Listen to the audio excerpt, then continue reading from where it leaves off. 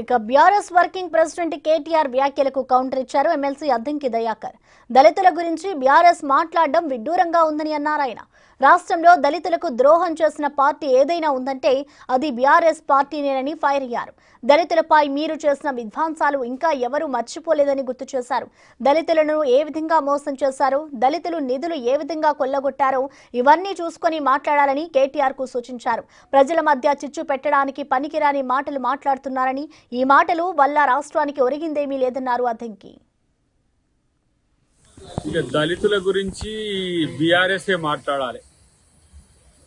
ఇలా దళితుల్ని ముఖ్యమంత్రి చేస్తా అని ఏ విధంగా మోసం చేసిండ్రో, దళితులకి ఇలా దళిత బంధు ఇస్తామని ఏ విధంగా మోసం చేసిండ్రో, దళితుల యొక్క సప్లాన్ చట్టాన్ని నిర్వీర్యం చేసి దళితుల యొక్క నిధులను ఏ విధంగా డైవర్ట్ చేసిండ్రో, ఇవన్నీ కూడా కనీసము వెనుకకు చూసుకోండి. మీ యొక్క దళిత ద్రోహం ఏ విధంగా తెలంగాణలో చేసిందో. ఇంక ఈ రాష్ట్రంలో, తెలంగాణ రాష్ట్రంలో దళితులకు ద్రోహం చేసిన పార్టీ ఏదైనా ఉందంటే చరిత్రలో అది బీఆర్ఎస్ పార్టీ. కాబట్టి ఇప్పుడు పోయి ఏదో వాళ్ళకు మోసం చేసినాం కాబట్టి వాళ్ళు ఓట్లు వేయలేదు, వీళ్ళకు మోసం చేసినాం కాబట్టి వీళ్ళు ఓట్లు వేయలేదు, ఇలా ఇట్లా అని చెప్పేసి రైతులను రెచ్చగొట్టి రైతు భరోసా ఇవ్వలేదని, దళిత బంధు ఇవ్వలేదని ఇట్లా పోయిన కాడల్లో మాట్లాడితే నీ క్రెడిబిలిటీ ఏం వచ్చేది కాదు.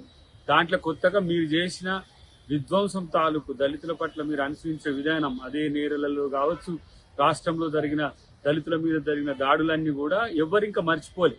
అప్పుడే ఎందుకు ఇంకా మర్చిపోయినట్టుగా ఏదో కొత్త పాట పాడుతుంది కేటీఆర్.